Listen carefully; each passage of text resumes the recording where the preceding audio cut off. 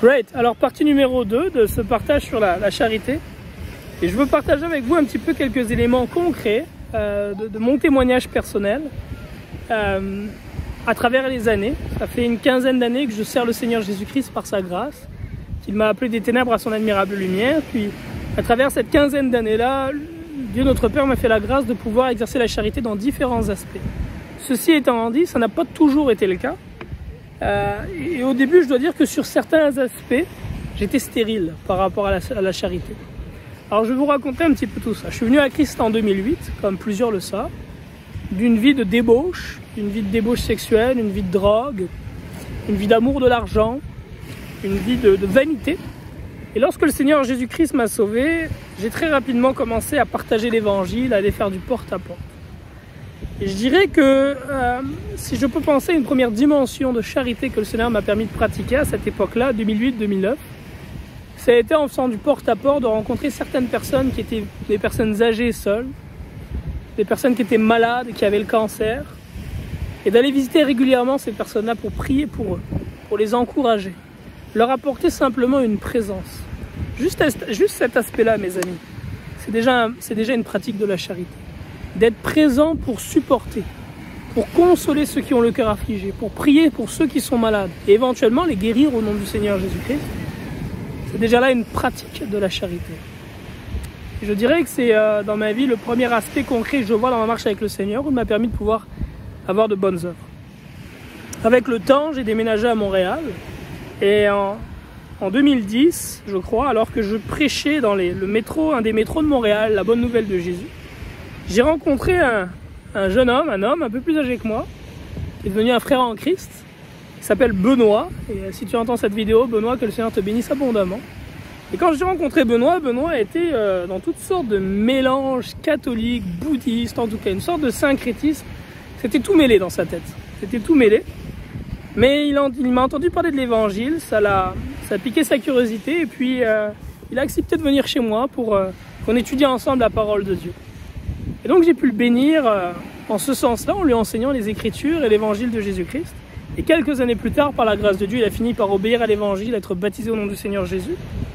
Et ceci étant dit, j'ai aussi été grandement béni par Benoît, parce que même si à cette époque, sa compréhension des choses de Dieu était toute mêlée, il allait à l'époque dans une fraternité catholique, et ses frères et sœurs catholiques avaient l'habitude de se réunir une fois par semaine, de récupérer de la nourriture, des pizzas, du café, et d'aller dans les rues de Montréal pour distribuer cette nourriture chaude aux itinérants, aux sans-abri, aux clochards, aux prostituées dans les rues, leur donner à manger, les réconforter et prier avec eux.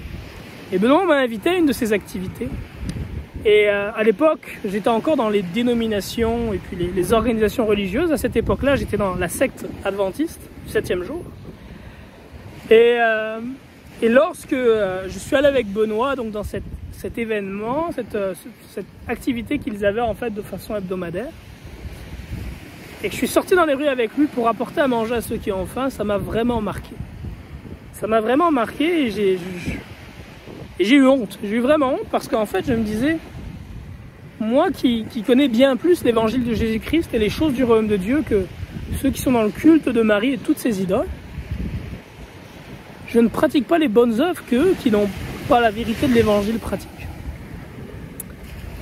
Et j'ai vraiment été marqué par cette charité, et je crois qu'on a beaucoup à apprendre des catholiques, justement, sur tout ce qui concerne la charité. Malheureusement, ils sont à côté de la plaque sur bien des éléments qui concernent l'obéissance à Dieu.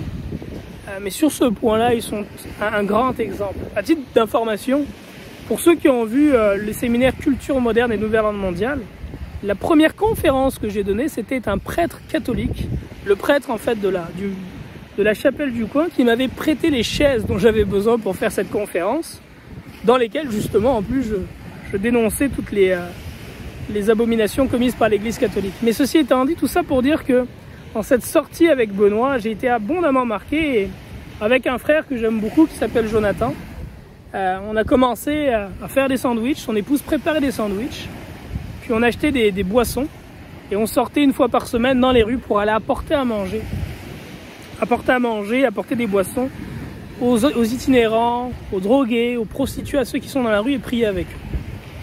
Avec le temps, ce travail que le Seigneur m'a donné de faire a grandi, puis Seigneur a permis qu'on achète un bus et là qu'on aille ramasser les gens dans les rues alors qu'il faisait froid et qu'on les amène dans un bâtiment, dans l'assemblée dans laquelle je servais à l'époque, où nous servions des repas chauds chaque semaine, où on prêchait la parole de Dieu, l'évangile, on baptisait. Et je pense qu'à travers les années, on a baptisé probablement une centaine d'itinérants, de sans-abri, de prostituées, et qu'on a servi des milliers de repas. Et je rends grâce à Dieu pour ça. Et je vous partage ceci pour que ça puisse vous inspirer, mes frères et sœurs. Ça a commencé avec quoi? Ça a commencé avec le fait que l'épouse de mon ami prépare des sandwichs, que moi et mon frère, on aille acheter des boissons et on est sortis dans les rues pour distribuer cette nourriture-là chaque semaine. Et peu à peu, le Seigneur a fait grandir cette œuvre-là et il a pourvu pour qu'on puisse en faire davantage. C'est une œuvre dans laquelle j'ai été d'à peu près 2010 jusqu'à 2019. Puis par la suite, on a déménagé à la campagne. Je suis rentré dans une autre saison de ma vie, une saison dans laquelle le Seigneur m'appelait à prendre soin de mes enfants et de ma famille davantage. Ils sont juste ici, là. Je ne sais pas si vous les voyez, ils sont en train de jouer.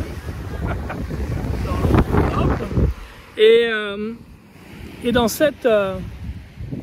cette nouvelle saison, n'étant plus dans une grande ville, le Seigneur a permis qu'on rentre dans une nouvelle dimension. Et cette nouvelle dimension, c'était de s'occuper des veuves et des orphelins. Et je vais y venir, mais juste avant, je vais vous partager d'autres choses. Avant que le Seigneur me fasse la grâce de commencer à aller dans les rues, distribuer de la nourriture. Ouais?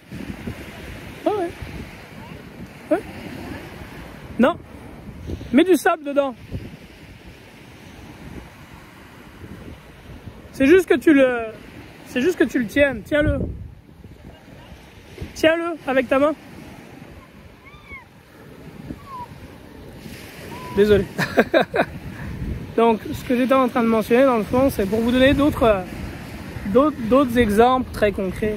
Lorsque j'étais encore célibataire, j'ai eu l'opportunité, alors que je prêchais l'évangile dans les rues, des fois de rencontrer des itinérants qui n'avaient nulle part où dormir pendant l'hiver, et de plusieurs fois accueillir dans ma maison des hommes qui étaient sans abri, donc des clochards, ou d'accueillir, ça nous arrive aussi une fois avec un frère, d'accueillir une femme qui était sans abri. Et plusieurs fois, ça m'est arrivé d'accueillir des hommes sans abri.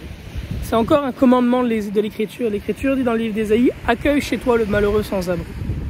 Alors quand j'étais célibataire, je le faisais très simplement. C'est sûr que lorsque j'ai eu mes enfants, je l'ai fait, mais moins, et avec plus de précaution, parce que faut aussi être conscient que nos enfants sont vulnérables. Et il peut des fois y avoir des personnes qui sont...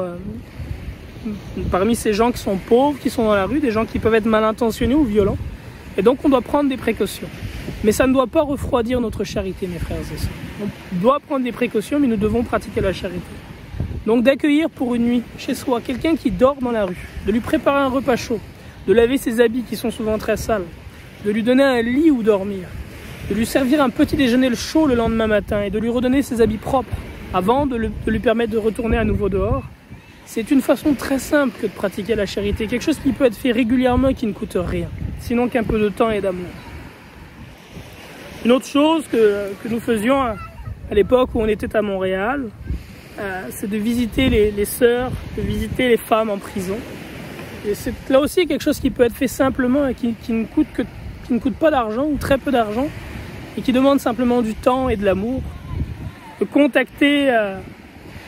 tu contactes un pénitencier en expliquant que tu veux pouvoir venir pour visiter et prier avec ceux qui le souhaitent. Et si le Seigneur permet, il ouvrira les portes pour que tu puisses le faire. Et c'est aussi quelque chose qu'on a eu l'occasion de faire à plusieurs reprises, que d'aller dans les prisons et de prier avec nos sœurs en prison, de prier avec les femmes en prison, de leur partager la bonne nouvelle. Et c'est l'un des commandements de l'Écriture que de visiter les prisonniers. La distribution d'habits chauds aussi pendant l'hiver, c'est une chose que nous avons eu l'occasion de faire à ceux qui sont dans la rue. Fait que tout ceci vous donne quelques pistes. J'ai parlé de visiter les malades, de faire du porte-à-porte, d'aller dans les hôpitaux aussi. C'est quelque chose que j'ai eu l'occasion de faire à Montréal. Prier pour ceux qui sont malades, les soutenir, les encourager. C'est tous des éléments qui concernent les œuvres de charité auxquelles nous sommes appelés. Pour ce qui concerne le ministère auprès des gens de la rue, des prostituées, des itinérants, c'est une œuvre qui a certaines limites parce que malheureusement ce sont souvent des personnes qui aiment la drogue plus que Dieu. Ceci étant dit, Dieu sauve parmi ces gens-là. Et ce sont des gens qui non seulement ont besoin, oui, d'habits chauds et de nourriture, mais aussi qui ont pris pour leur délivrance, en plus de leur enseigner la parole de Dieu. Et donc il y a une grande œuvre à faire au milieu d'eux. Plus récemment, d'autres aspects sur lesquels nous avons commencé à servir le Seigneur en 2021, ça a été avec les veuves et les orphelins. L'Écriture dit dans le livre de Jacques que la religion pure et sans tache, c'est de visiter les veuves et les orphelins dans leur affliction. Alors je suis parti en voyage, en Ouganda. Mon but était en partant là-bas en 2021 de voir si une porte s'ouvrirait pour qu'on puisse déménager là-bas avec ma femme et mes enfants, pour rendre ministère là-bas, adopter des orphelins, héberger des œuvres et faire une œuvre là-bas pour Dieu. Ceci étant dit, il n'y a pas de porte qui s'est ouverte ou de direction claire qui a été donnée pour qu'on puisse déménager là-bas. Mais par contre, le Seigneur m'a permis de faire de très belles connexions là-bas avec des frères qui aiment le Seigneur. Et à travers l'encouragement d'un frère, en fait, un frère qui s'appelle Eric, qui sert le Seigneur et qui s'appelle Eric, il m'a dit, tu sais, Mehdi, tu n'as pas forcément besoin d'être physiquement là-bas, si la porte n'est pas ouverte. Tu peux, en faisant un partenariat avec les frères qui sont là-bas et qui ont du zèle pour le Seigneur, toi pourvoir ce qu'ils n'ont pas, savoir les ressources financières, et eux pourvoir ce que toi tu n'as pas, à savoir la présence de tes mains, de ta bouche, de tes yeux là-bas pour faire l'œuvre.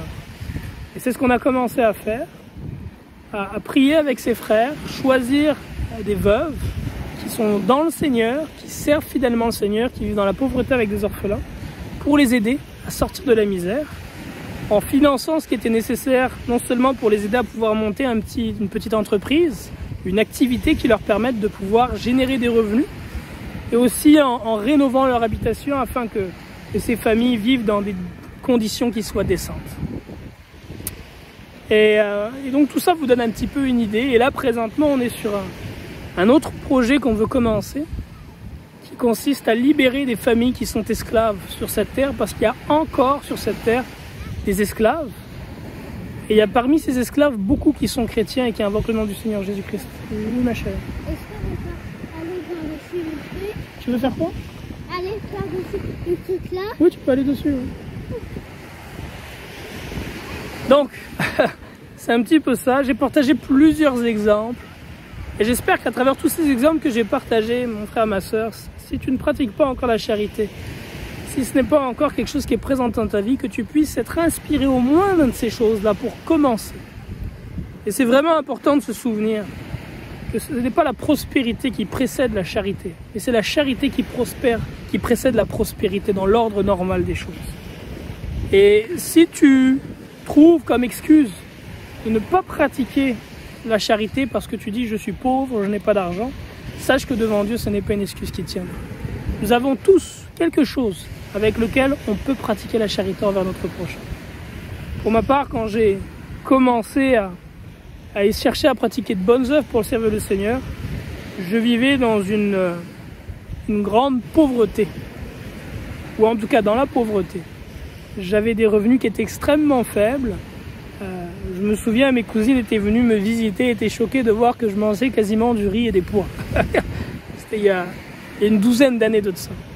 Mais déjà à cette époque, malgré le fait que j'avais très peu de revenus et que c'était financièrement très difficile dans la condition que j'avais de jeune immigré au Canada, je ne manquais pas par la grâce de Dieu de chercher à donner à l'Éternel les prémices de mes revenus, à pratiquer ce qui est bien envers les pauvres. Et avec le temps, le Seigneur m'a béni abondamment, m'a rendu prospère.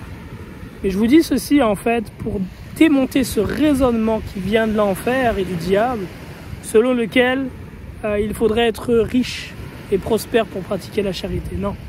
Avec le peu que tu as, tu peux faire déjà de grandes choses.